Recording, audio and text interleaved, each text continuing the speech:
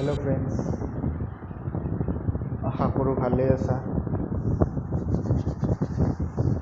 लकडाउনৰ সময় ঘৰতে বহি এতিয়া আমি কি কৰিম, মূৰটো ঠাণ্ডা কৰি অলপ গণিত কৰিম। তো গণিত বুলি শুনিলেই মূৰটো মোৰ গৰম হৈ যায়। তো সেইকাৰণে ঠাণ্ডা কৰিব লাগিব আগতে মূৰটো। গণিত, মেথামেটিক্স এইবিলাক কি মূৰটো ঠাণ্ডা কৰি কৰিব লাগিব।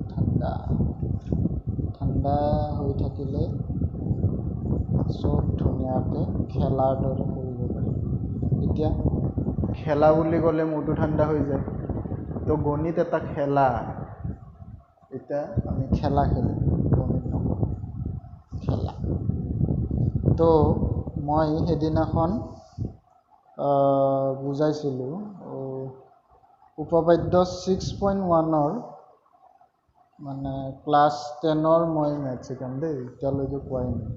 ক্লাছ 10 মেথছ এই ত্ৰিভুজৰ শিকাইছিলোঁ, অলপ সদৃশ চিমিলাৰিটি অফ ট্ৰায়েংগল শিকাইছিলোঁ। তো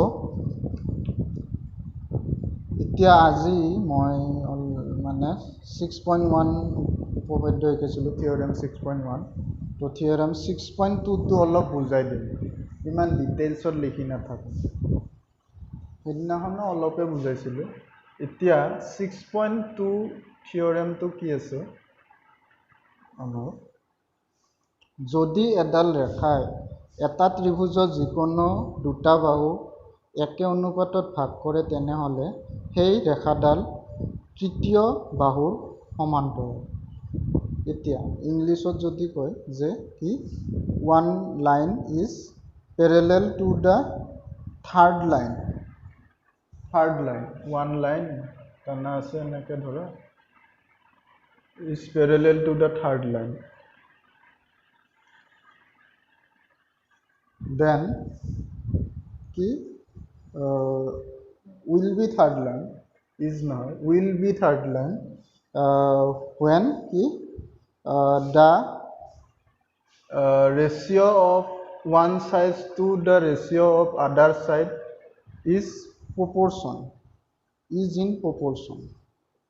তো আমি কি দেখাব লাগে, পেৰেলেল বুলি আমি দেখাব লাগে। এইটো DE দিলোঁ হ'ল।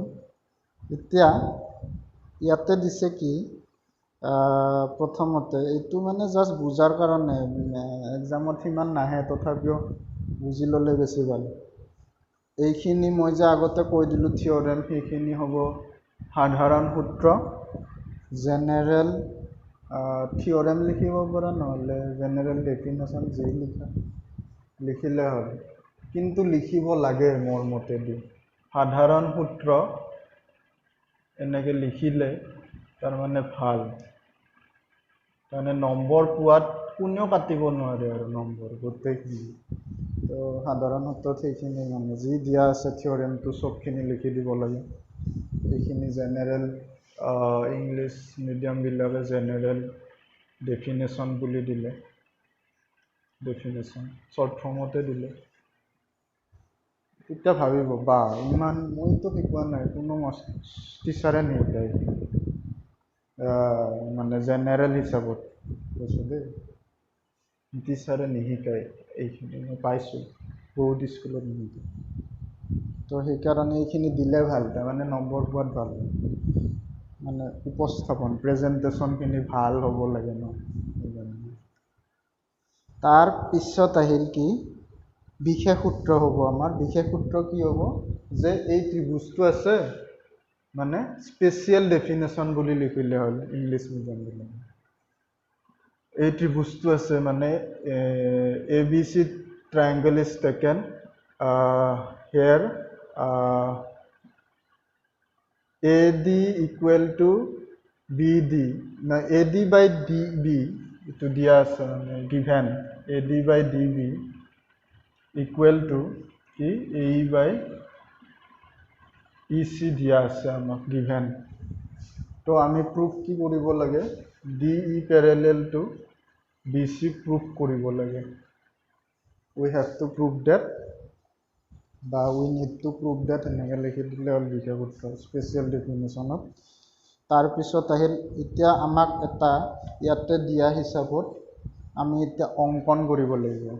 উই হেভ টু ড্ৰ'ন বুলি লিখিলে হ'ল বা হেভ টু ড্ৰ'ন এনেকৈ লিখিলে হ'ল। হেভ টু ড্ৰ'ন এনেকৈ লিখি এতিয়া চিন মাৰি দিলে। হয়তো আমি অসমীয়া মিডিয়ামবিলাকে ধুনীয়াকৈ বুজি পাব মোৰ কথাখিনি। অংকন বুলি লিখি দিওঁ আমি। তাৰপিছত সেইখিনিত কি লিখিব লাগিব যে আমি যদি ধৰি লওঁ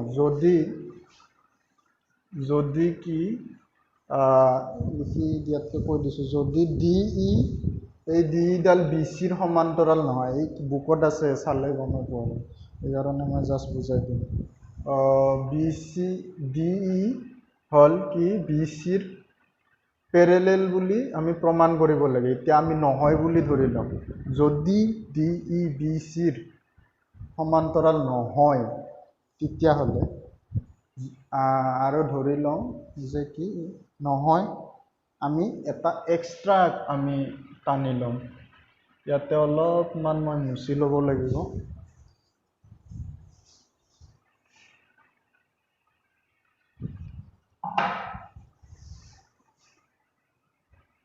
ইয়াতে এইটো ডট ডট ডট দি দিলে হ'ল। ইয়াৰ পৰা এইটো ই ডেছ দিলোঁ, ধৰা এইটো ই আছে, তো তেন্তে ডি ই ৰেখাডাল বি চিৰ সমান্তৰালকৈ টানা হ'ল। আমি কি ধৰিম, ইফ লেটাছ কি D E is not parallel to B C, we draw now we draw DE such that it is parallel to BE এনেকৈ লিখি ল'লে হ'ল। তাৰপিছত কিতাপত দিয়াই আছে, চালে গম পাব। তেতিয়া আমি যদি সেনেকৈ ধৰি লওঁ তেতিয়াহ'লে কি হ'ব, আমাৰ খেলি মেলিটো আহি যাব। আমাৰ গিভেন কি দিছে, A D by D B equal to A E by E C. এতিয়া এইখিনি যদি হয় তেতিয়াহ'লেহে পেৰেলেল হ'ব, মানে এইটো আমাৰ ফুলফিল হ'ব। এতিয়া যদি আমি ড্ৰ'ন কৰাটো হিচাপত আমি লিখোঁ, কি হ'ব তেতিয়া, A D by D B equal to আমি কি পাম, এ E dash by E dash C, মানে ডি ই এইডাল যদি আমি পেৰেলেল ধৰোঁ বি চিৰ, তেতিয়া আমাৰ কি হ'ব, A D by D B equal to A E by A E dash by E dash C, সেইটো হ'ব। এতিয়া আমি এই দুটাৰ পৰা আমি কি পাম, এইটোতো গিভেনে আমাৰ দিয়া আছে, এইটো আমি একৰ্ডিং টু ড্ৰয়িং পালোঁ।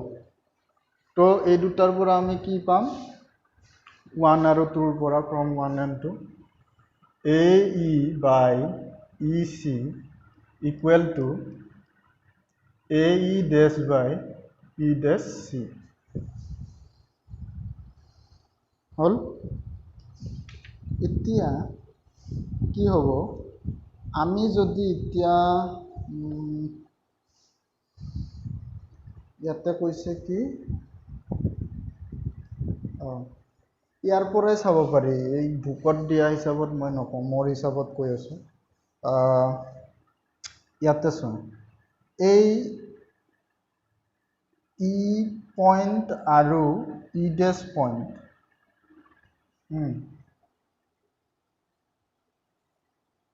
এটাই হ'ব লাগিব, মানে ইয়াৰে হিচাপত কি বুজাইছে, এটাই হ'ব, মানে ধৰা কেনেকৈ এ E by E C equal to half আছে ধৰা, এই হাফটো আমাৰ এইটো ক্ষেত্ৰতো হ'ব, এ E dash by E dash C. এতিয়া ধৰা আমাৰ কি আছে, কে ধৰি লওঁ লেট, এতিয়া আমাৰ কি হ'ব, ইয়াতে এই কি পাম, আমি এই কি পাম, কে পাম, আৰু ইয়াতেও এ ই ডেছ কি পাম কে পাম কেনেকৈ পাম 1 * k মানে কে তাৰপিছত ই চিৰ ক্ষেত্ৰত লওঁ যদি ই চি ইকুৱেল টু কি পাম 2k পাম আৰু ই ডেছ চিও 2k পাম মানে কি ভেলুটো একে হ'ল মানে কি এই ই ডেছ পইণ্ট আৰু ই পইণ্ট চেম প্লেচত থাকিব লাগিব তেতিয়াহে হ'ব ভেলু একে তো সেইটো কথা যে তাৰপিছত আমাৰ কি সেই দুটা পইণ্ট চেম হ'ব তো আমি তাৰ পৰা কি গম পাব পাৰোঁ যে যদি প্ৰপৰশ্যনটো সঁচাই হয় ইকুৱেল হয় প্ৰপৰশ্যন আহে ৰেচিঅ'টো তেতিয়াহ'লে সমানুপাত যদি হয় অনুপাতটো তেতিয়াহ'লে আমাৰ কি এই মানে যিডাল লাইনেদি আমি এই ছাইড দুটাত এ বি আৰু বি চিক ভাগ কৰি লৈছোঁ সেইডাল এই বি চিৰ পেৰেলেল হ'বই লাগিব বেলেগ উপায় নাই তো এইখিনিয়ে কথা তাৰপিছত আহিল এক্সাম্পল 1টো বুজাই দিছোঁ বহুতে বুজিয়ে পায় বাৰু তথাপি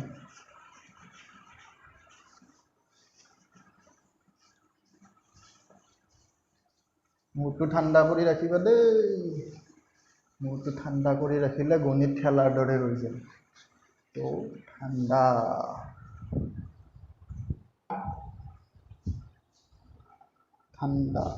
এতিয়া আহিল আমাৰ এক্সাম্পল 1 উদাহৰণ 1 ইয়াতে দিয়া হিচাপত মই প্ৰশ্নটো পঢ়ি দিছোঁ যদি এডাল ৰেখাই ত্ৰিভুজ এ বি চিৰ এ বি আৰু এ চি বাহু ক্ৰমে ডি আৰু ই বিন্দুত ছেদ কৰে আৰু ৰেখাডাল বি চিৰ সমান্তৰাল তেন্তে প্ৰমাণ কৰা যে A D by A B equal to A by A C এতিয়া আমাৰ উল্টাটো দিছে ৰিভাৰ্ছটো দিছে যে এ বি চি ত্ৰিভুজ দিয়া আছে given A B C triangle দিয়া আছে তাৰপিছত আমাৰ ডি ইডাল কি পেৰেলেল বুলি কৈ দিছে ডি আৰু ই বিন্দুত ছেদ কৰিছে মানে কাটিছে ইণ্টাৰচেক্ট কৰিছে তাৰপিছত আহিল কি আমাৰ এতিয়া এইখিনি হ'ব আমাৰ যিখিনি কুৱেশ্যন দিছে সেইখিনি স্পেচিয়েল ডেফিনেশ্যনত পৰিব আৰু বিশেষ সূত্ৰ হ'ব বুজি পাইছা তাৰপিছত আহিল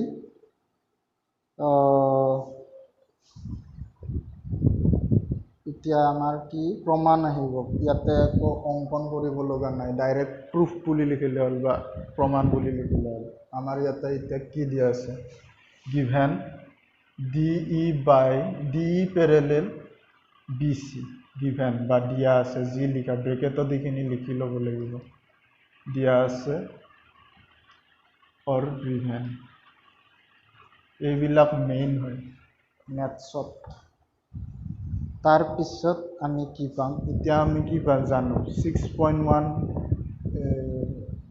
উপপাদ্যটো জানো থিয়ৰেমটো জানো তো দিয়াৰ ফৰ আমি কি পাম A D by D B equal to A E by E C পাম তো একৰ্ডিং টু নালাগে ইয়াতে 6.1 থিয়ৰেম বা 6.1 উপপাদ্য সেনেকৈ লিখি দিলে হ'ব কাৰণ ক্লাছ 6ৰ বস্তু ক্লাছ 10ৰ বস্তু ক্লাছ 10তে দিব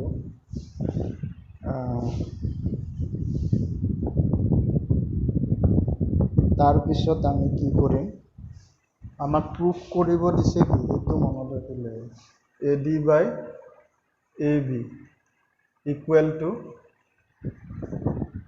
এ ই বাই এ চি এতিয়া এই আমি যি জানো সেইখিনি লগত প্ৰমাণ কি কৰিব দিছে এইখিনিৰ লগত কি মিল আছে এতিয়া এই এ বি আৰু ডি বি সেইখিনি বেলেগ আৰু এ চি আৰু ই চি এইখিনি বেলেগ, ওপৰৰখিনি চেম। তো আমি কি কৰিব লাগিব এতিয়া? ৰিভাৰ্চ কৰি দিম, মানে বোথ ছাইডক 1 দি ডিভাইড কৰা বুলি কয়। 1 দি ডিভাইড কৰিলে এতিয়া আমাৰ কি হ'ব? এই ডি বিটো ওপৰত যাব আৰু এ ডিটো তলত আহিব। তাৰপিছত ই চিটো ওপৰত যাব, এ ই তলত আহি যাব।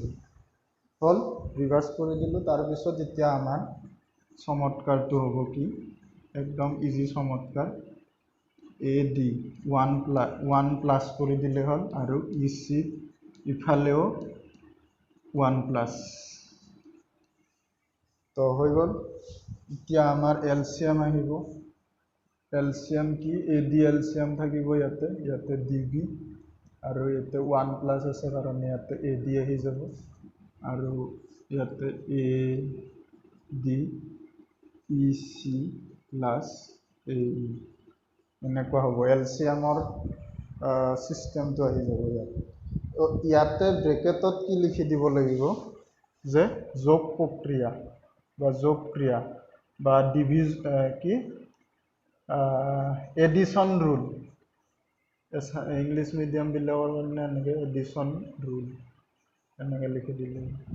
এইবিলাক লিখিব লাগে মোৰ হিচাপত দেই, কাৰণ মই লিখিছিলোঁ মেট্ৰিক বুলিয়ে কৈছিল, এতিয়া SSLC বা 10th এক্সাম বুলি কয়। তো এতিয়া হৈ গ'ল। এতিয়া আচল এইখিনি আহি যাব, ইয়াৰ পৰা ইয়াতে লিখি দিছোঁ মই। A D plus D B, ইয়াতে ছবিত চালোঁ আৰু এতিয়া A D plus D B যদি কৰোঁ আমি কি পাম? এ বি পাম, এ ডি আছে, A E by E C, A C by A E. Therefore, AD by AD, AE by EC. তো তাৰপিছত লাষ্টত আমি আৰু ষ্টাইল মাৰি প্ৰমাণিত বুলি লিখি দিম আৰু চাইন কৰাৰ দৰে, কাৰণ ইমান ডাঙৰ এটা কাম কৰিলোঁ, প্ৰমাণ কৰিলোঁ। তো সেইটো আমাৰ অধিকাৰ ন, যে আমি প্ৰুফ বা প্ৰমাণ বুলি লিখি দিম ষ্টাইল কৰি, যিমান ষ্টাইলত পাৰা। এইটোত তোমাক কোনো মাষ্টৰে তোমাক নম্বৰ কাটিব নোৱাৰে, সেইটো তোমাৰ অধিকাৰ।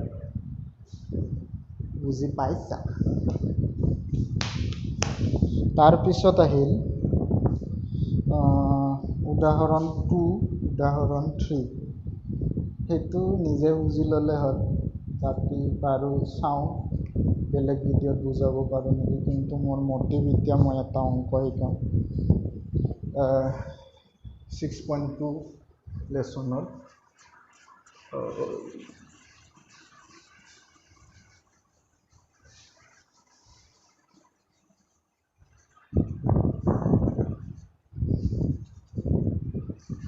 6.2 lesson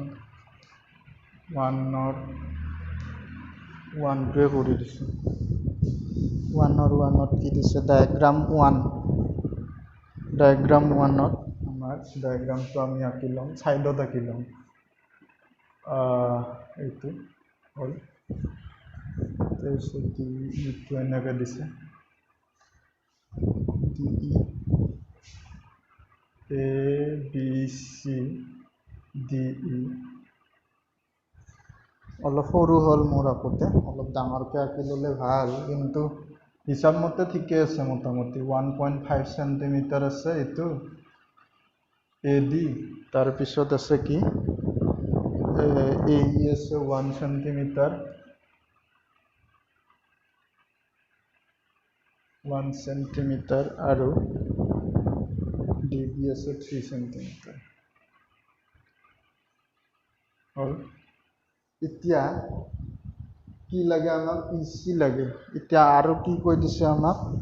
D E parallel B C, D E parallel B C. এতিয়া আমি কি পালোঁ? therefore কি লিখিব পাৰিম আমি? A D by DB equal to AE by EC কি ইয়াতে 6.1 থিওৰেম বুলি লিখি দিলে হ'ল বা উপপাদ্য বুলি লিখি দিলে হ'ল যি লিখা আৰু ইয়াতে ইংলিছ মিডিয়ামবিলাকতো CM লিখিব CM লিখিলে হ'ল আৰু নিজৰ হিচাপত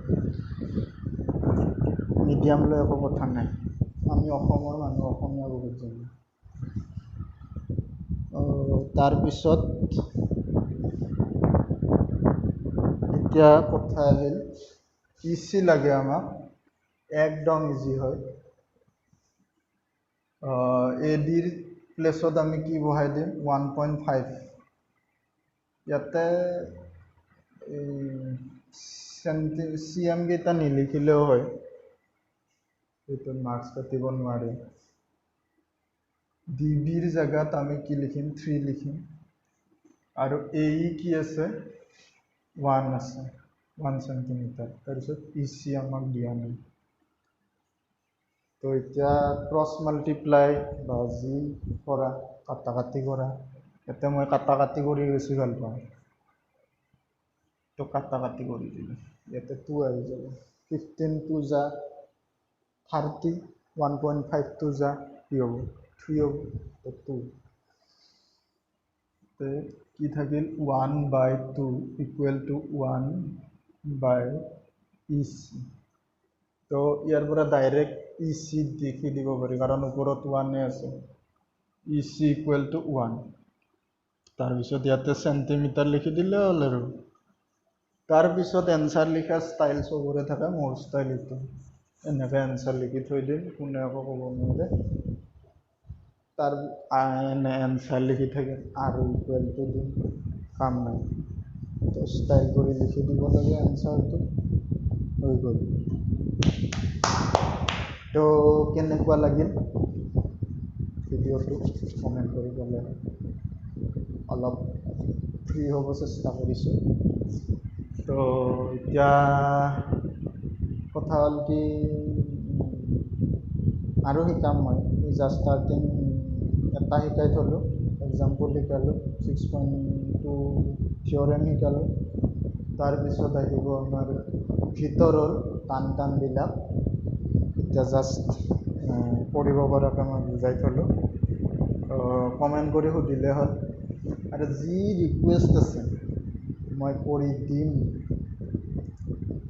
গতিকে এতিয়া মোক কি লাগে তোমালোকে শ্বেয়াৰ কৰিবা যোনে চোৱা এনি এজ শ্বেয়াৰ কৰিবা ভিডিঅ'বিলাক তাৰপিছত ছাবস্ক্ৰাইব কৰিব ক'বা এইটোৱে বিশেষ অনুৰোধ এতিয়া আৰু ধুনীয়াকৈ তোমালোকে বুজিব পৰাকৈ ভিডিঅ' আনি থাকিম এইটো মোৰ কি মানে ভাল লাগে কৰি সেইকাৰণে কৰি আছোঁ ঘৰত থকা লকডাউন মানে অলপ চলপ মানে বজাৰ চজাৰ কৰিব যাবা আৰু ঘৰত আহি সোমাই থাকিবা আৰু ভিডিঅ' চাবা মোৰ পঢ়ি থাকিবা গেমো খেলিবা যি কৰা পঢ়াটো পঢ়ি যোৱা মই আছোঁ